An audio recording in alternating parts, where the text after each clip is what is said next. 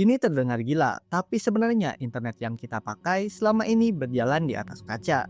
Ini bukan cuma kiasan, tapi benar-benar di dalam kaca. Atau kita sering menyebutnya fiber optik.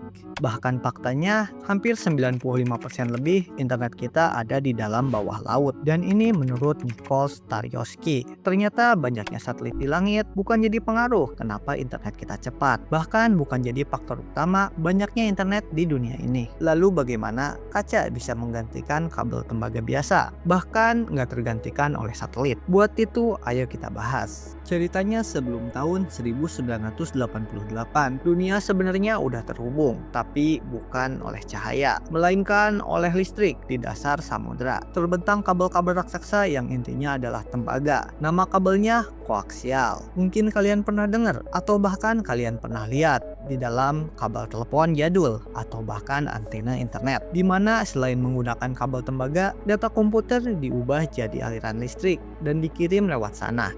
Terdengar hebat, tapi semakin jauh jaraknya semakin lemah juga listrik yang mengalir karena adanya hambatan.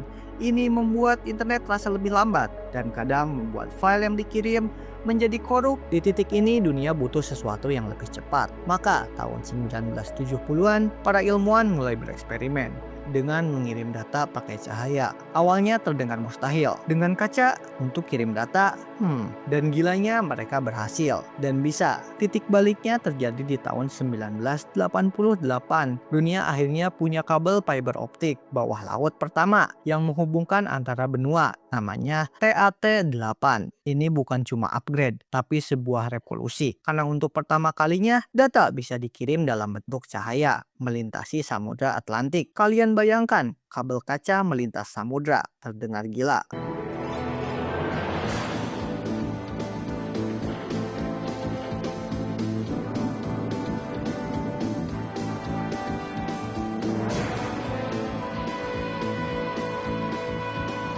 Walaupun masih terbatas, TAT-8 cuman punya kapasitas sekitar 280 Mbps. Kalau dibandingin sekarang, itu terdengar kecil banget, tapi di zamannya sangat cepat, bahkan melebihi rata-rata internet di negara kita sekarang. Setelah itu, perkembangan semakin ngebut. Masuk di tahun 1990-an, fiber optik mulai menggantikan kabel tembaga secara besar-besaran, didukung dengan munculnya teknologi wavelength division multiplexing atau WDM yang meningkatkan kapasitas transmisi hingga puluhan gigabit per detik. Internet mulai tumbuh, website bermunculan, dan kebutuhan data makin gila. Ditambah optical amplifier yang memungkinkan penguatan sinyal tanpa perlu mengubahnya menjadi sinyal listrik. Di tahun 2000-an, fiber optik udah jadi standar global. Bahkan hampir semua koneksi antar negara tergantung pada kabel bawah laut ini. Dan sekarang satu kabel fiber optik bisa bawa data sampai terabit per detik. Lalu kenapa fiber optik ini masih belum tergantikan sama satelit? Meskipun satelit sekarang makin banyak, tapi nyatanya pengiriman data lewat satelit dinilai kurang efektif karena latensi yang diberikan cukup besar